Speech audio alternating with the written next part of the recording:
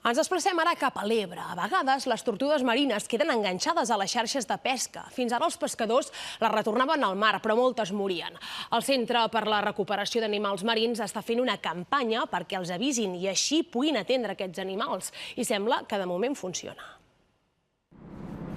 Avui hem vingut a recollir una tortuga marina gràcies a l'avís del patró d'aquesta embarcació i la portarem al Centre de Recuperació d'Animals Marins, unes instal·lacions que tenim al Prat de Llobregat, i li farem tota mena de proves per esbrinar si té alguna lesió, alguna patologia, i la recuperarem el temps que sigui necessari allà a l'hospital que tenim, i un cop estigui recuperada doncs, podrà tornar al mar. Gràcies a la interacció pesquera que hi ha amb aquesta espècie que està amenaçada, nosaltres en tenim accés i les podem recuperar.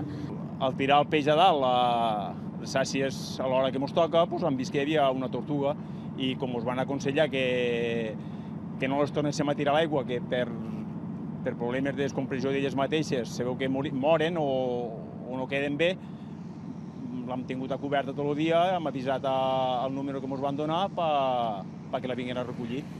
Tot això és important perquè és una espècie que està amenaçada i gràcies a aquest tipus d'accions n'estem recuperant moltes.